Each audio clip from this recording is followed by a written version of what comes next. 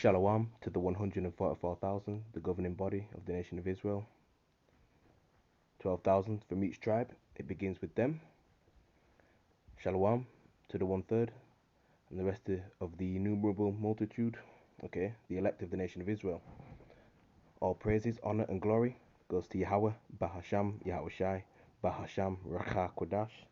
Double honor to the apostles of the Great Millstone, GMS. Salutations to the Akim pushing this gospel the world over in sincerity and in truth. Adawan Ratazar, that is to say, Lord willing. So Lord willing, this lesson is edifying. So basically, the topic of this lesson is basically on the fact that New Year's Day really is pagan. Okay, all right. January the 1st, all right, is not the New Year, and it's idol worship, man. Basically celebrating the god, the false god, Roman god, Janus. All right. And when you do your research, okay, you find out more and more that you know that this is just another false, folly day. All right, idol worship. Okay, all right. And according to the Holy Bible, the new year begins around March or April, in between then. All right, in the springtime. Okay, when things start to blossom again. All right, flowers grow back. You know, leaves grow back on trees. Okay, it's a time of growth and of life rejuvenating, being refreshed. Okay, springing forth. All right, because when you celebrate January 1st, really you're worshiping, you know, another god, another false god. All right. So the new year would begin, all right, around the time of Abib, okay, which that is around the time of the Passover, all right. And the Passover is always around springtime, okay. So I just wanted to do this lesson because you still have a lot of our people, Israelites, right, who continue to celebrate this folly, all right, and some do it out of ignorance, all right, because they are oblivious to it. But we live in a technology age, right, where you can just research things, man. Got these mini computers called phones, right? You can just Google things, right, at ease, okay. And you've even got some Israelites, all right, who know that they're Israelites who still observe New Year's Day, and of course New Year's Day is over, but the New Year spirit is still around, right? Because these worldly people, they actually believe it's a new year, okay. So here's an article from the scribesportion.com, all right. And this goes in a lot of information on you know New Year's Day being pagan, okay. But I'll just pick out certain parts, all right. So the origin of New Year's Day: humans have celebrated the start of the new year for thousands of years. In most cases, these celebrations were linked to agricultural and astronomical events, okay. The earliest recorded New Year's Day celebration was 4,000 years ago in Babylon. It took place during the first new moon following the vernal equinox. Yes, the new year actually begins in spring, not winter. See, you know, and this article tells you. Right, this was so because there was an equal amount of sunlight and darkness heralding the start of a new year and representing the rebirth of the natural world, according to this article. Okay, Akitu, which the Babylonians celebrated a festival called Akitu, right, to mark the new year. It derives from the Sumerian word for barley. The festival lasted 11 days, and a different ritual was conducted on each day. Statues of gods were paraded throughout the streets as rites were conducted to symbolize their victory over the forces of chaos. See, paganism, right? They believed that through their rites, or through these rites, the world was cleansed and recreated by the gods in preparation for the new year and the return of the spring. All right. The principal god celebrated during this festival was Marduk, Babylonian sky god. I remember playing this game on PlayStation back in the day, right, called Tekken, and there was a character called Marduk, right? If you remember playing Tekken, right? It says Marduk was celebrated for his mythical victory over the evil sea goddess Tiamat, right? During Akitu, the new king was crowned or the current monarch's rule extended.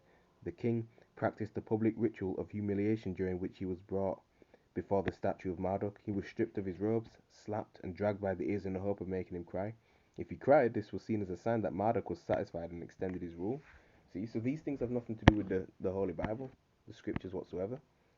All right.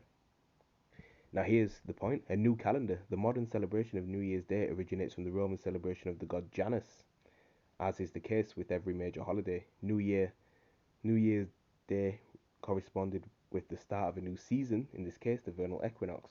The Romans used a calendar consisting of 10 months and 304 days, with each new year beginning in the spring. Over the centuries, the calendar fell out of sync with the sun, so in 46 BC before Christ, Julius Caesar solved, in quotes, the problem. He consulted with mathematicians and astronomers to create a new calendar based on a sun which resembles the modern Gregorian calendar, which is what we use. Okay. Thus, Caesar instituted January 1st as the first day of the year, partially in honor of the month's namesake, Janus, the Roman god of change and beginnings. Okay. That's why that god is, two-faced. Okay.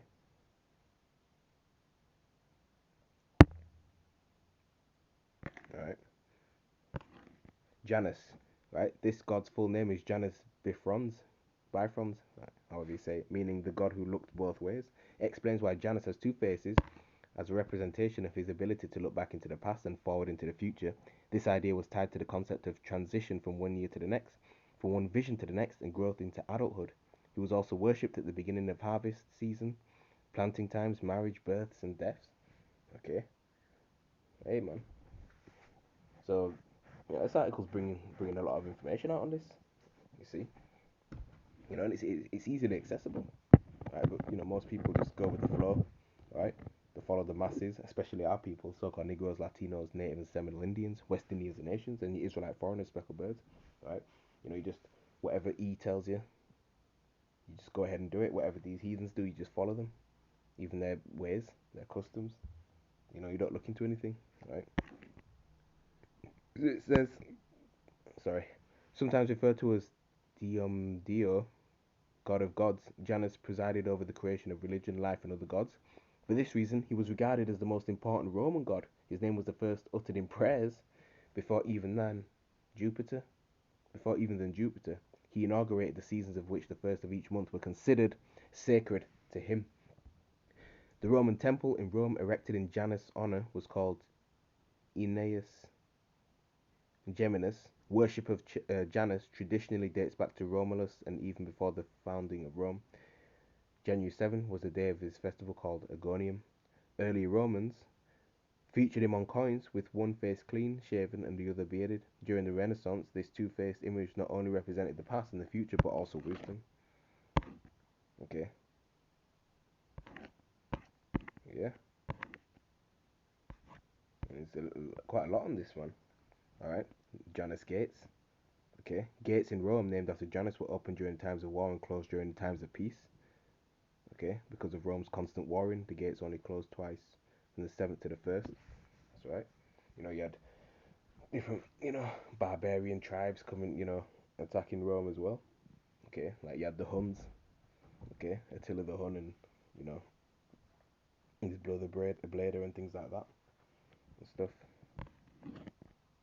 If you go down pagan traditions, Romans celebrated January 1st by offering sacrifices to Janus in hopes of gaining good fortune in the new year. Okay, and that's what's typical of, traditions, in honor of these false gods when they celebrate their so-called holy days of them. Okay. It was common for friends and family to exchange well wishes and gift figs and honey. Okay. Cakes made of spelt salt were offered to Janus and burnt at the altar. Okay. This was not only done during the New Year celebrations, but also on the first of each month. You see? So yeah. Hey,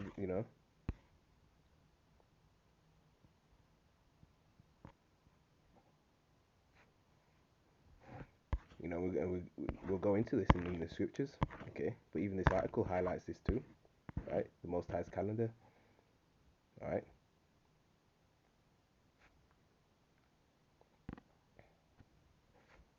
You see? So nothing to do with the scriptures whatsoever. Alright. How can it be a new year in the middle of winter? Alright. Let's just define the word pagan. might be a bit over the place, but you know, it's how it goes sometimes. Pagan. Pagan. Right, so the noun, right, this is the Oxford Dictionary definition from Google, of course, right? The noun, a person holding religious beliefs other than those of the main or recognized religions, right? It says especially uh, in historical context, holding or constituting religious beliefs other than those of them. Oh, read that already. All right. See, a member of modern religious movements that seek to incorporate beliefs or practices from outside the main world religions, especially nature worship. All right. When you go back to the etymology of the word, okay. Latin pagus, country district. Latin paganus, villager. Christian Latin heathen, pagan. Okay, so it goes back to heathen. Okay, so the heathens, you know, they've got their own, false customs and beliefs that they practice, man. All right, and that's why we're called to be separate from this world, man. All right, because our Lord is a jealous power. All right, He wants us to serve Him and Him only. Right, not these other false idols. Okay.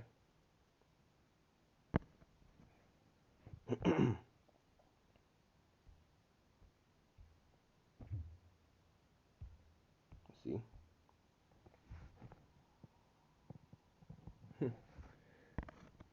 So we'll get the etymology of the word January, the month January. Okay.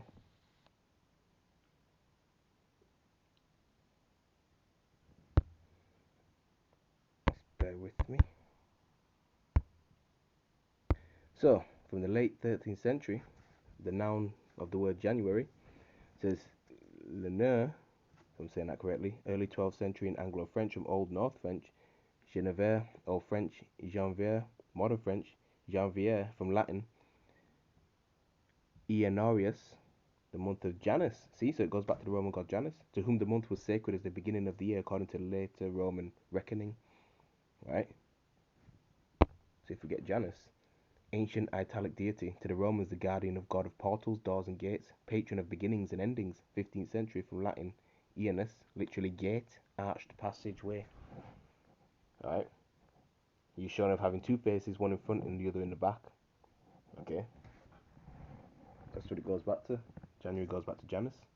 Alright? You see?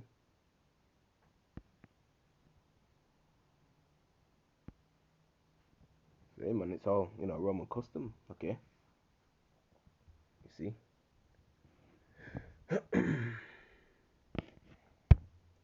Let's get the book of Jeremiah, chapter 10. We'll start at the top and read to verse 2. Okay?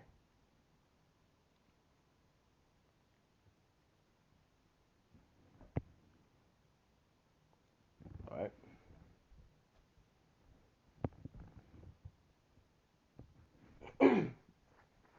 Because, yeah, a lot of fireworks are popping off. Okay? Especially on New Year's Eve. And even not continuing on New Year's Day, man. Okay?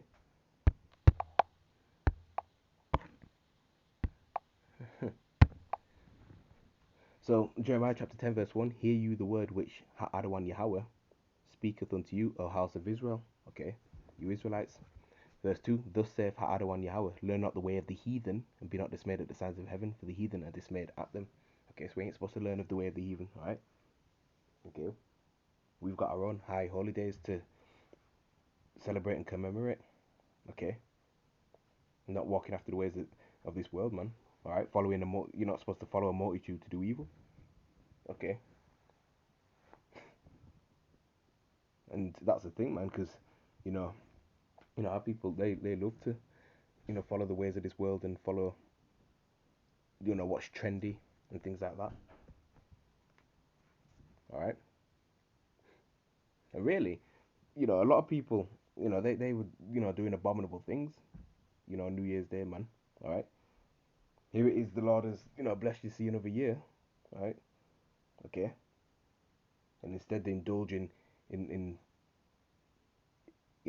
getting drunk, super duper drunk. Okay?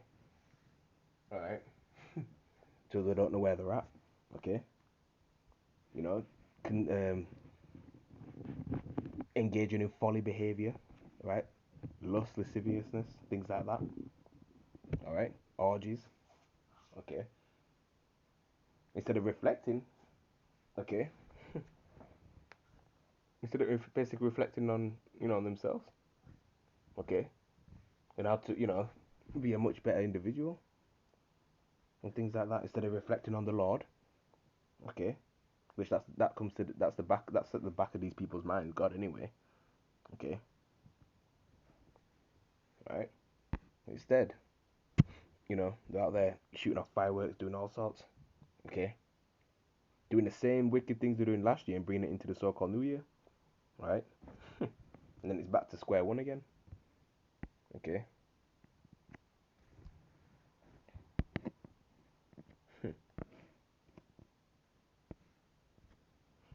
you know.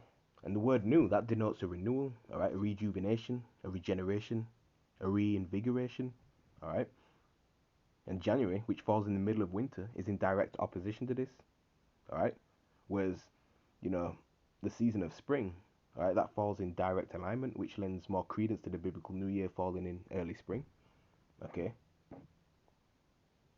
Because springtime, all right, that represents renewal and resurrection and regrowth, things like that, because plants begin to grow and flowers to bloom, all right.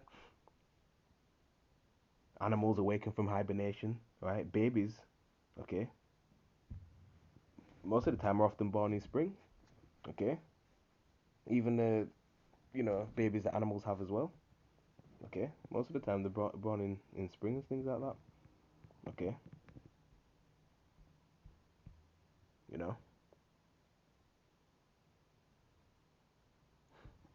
know, and another thing these people like to say is that, oh, new year, new me, okay. But yet they continue to do the same things that they're doing in the past, all right. New year, new resolutions, things like that, okay. And the ancient Babylonians, you know, they were the first to make the New Year resolutions, okay, and things like that,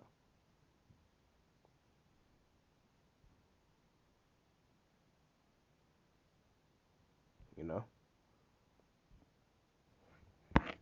So let's get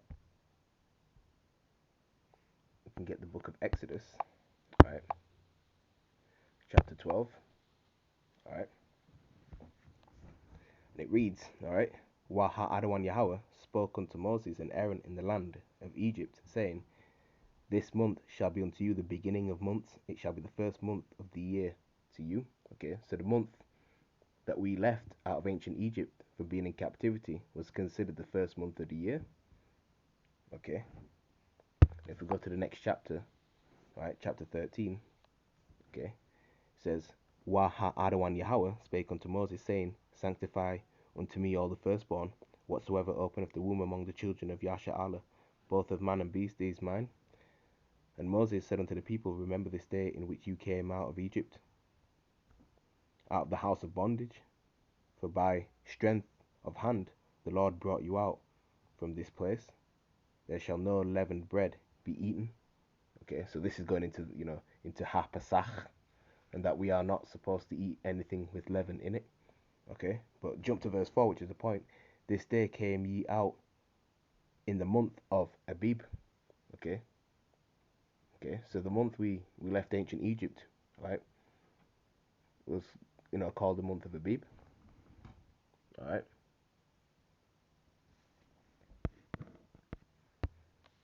get Deuteronomy, chapter 16 and verse 1. And it reads, Observe the month of Abib, and keep the Passover unto the Lord thy power. For in the month of Abib, the Adawan Yahweh, thy power, brought you from out of Egypt by night. Right, by night. Okay, when you get the word Abib, you go into it in the Hebrew, Strong's Concordance number H24. Right, outline of biblical usage goes into fresh. Okay, young barley years, barley. Month of ear forming, of greening of crop, of growing Green Abib, month of Exodus and Passover, March or April. Okay. Alright. So if January is the first, this is what you have to ask yourself, alright, if January the 1st is the new year, okay, why don't you see much crops growing right now? Okay. In the winter, things are dead, right? No leaves on trees, things like that, right? So that alone proves January 1st isn't the new year, okay? If it was springtime, however, you'd see crops growing again, all right? Flowers blooming and things like that, okay?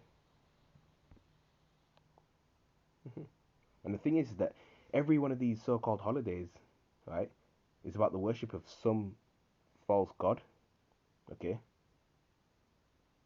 And if it's not the God of the Bible, Yahweh Bashim Shai, okay, then it's certainly a God of one of these heathen nations, okay? Like it says Psalm 96 and 5. In fact, let's get that again. Psalm 96 and 5. We'll start at verse 4. For the Lord is great and greatly to be praised. He is to be feared above all gods. That's right. For all the gods of the nations are idols, but the Lord made the heavens. That's right. So all these nations, heathen nations, that serve these false deities, man, they don't have no life in them, man. We serve the one and true living power, Yahweh Bahasham Yahushai, man. Okay. So if you're not serving Yahweh Bahasham Yahushai, you're serving a false god. You know. Get a precept in the book of Wisdom of Solomon, chapter 14. And I believe it's verse 16. Okay. So let's get Wisdom of Solomon in the Apocrypha. Wisdom of Solomon, chapter 14, verse 16, which reads, let's highlight that. It says, thus in process of time an ungodly custom grown strong was kept as a law, and graven images were worshipped by the commandments of kings. Okay. In the process of time, right? That's over a long period of time. Okay. Ungodly custom, all right, which is what a heathen tradition, all right, was kept as a law, right? Meaning, the whole society does this. Okay. It's part of the law that that the masses observe that. All right.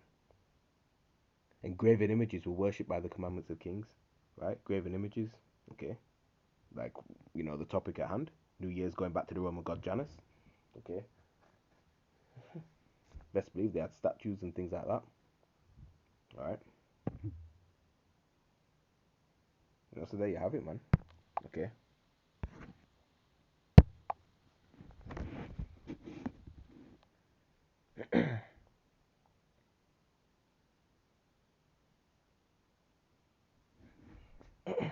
Now scripture talks about a changing of time. All right. And you can find that within the book of Daniel chapter 7. Okay. So if we go to the book of Daniel chapter 7, it's around like the 25th verse or something like that. Daniel chapter 7, go straight to verse 25, right? And it reads, and he shall speak great words against the Most High, and shall wear out the saints of the Most High, and the saints of the Israelites, right? And think to change times and laws, and they shall be given into his hand until a time and times and a dividing of times, right? Dividing of time, okay? So we know it's obvious that laws and times have definitely been changed, okay? Like you have daylight saving time, right? And of course, celebrating the beginning of January is the new year, right? Okay. And look how Esau's made it that, you know, it's made it the norm that a new day starts at 12 a.m., okay? Which is rubbish because in actuality, a new day begins when the sun goes down, according to the Bible, okay?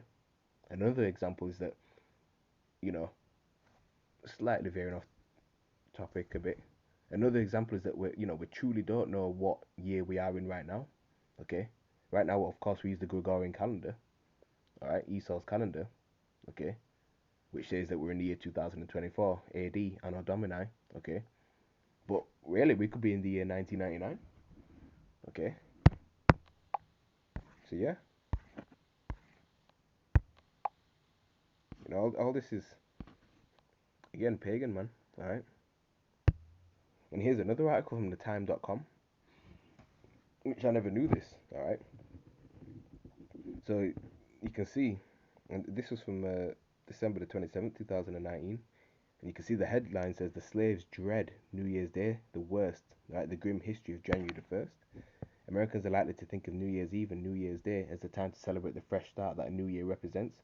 But there's also a troubling side to the holiday's history. In the years before the Civil War, the first day of the New Year's was often a heartbreaking one for enslaved people in the United States. You know who that is, right? The Israelites. Okay, okay. So in the Southern Kingdom community, New Year's Day used to be widely known as Hiring Day or Heartbreak Day. Okay, William Cooper, all right, Southern Kingdom abolitionist, journalist, all right, described it because enslaved people spent New Year's waiting, wondering if their owners were going to rent them out to someone else, thus potentially splitting up their families. So our people have to ask ourselves, why are you celebrating this? Okay, or even in that New Year's spirit? Okay, we're still in captivity. All right, it's better to be in the house of mourning than to be in the house of feasting, man. Okay, all right.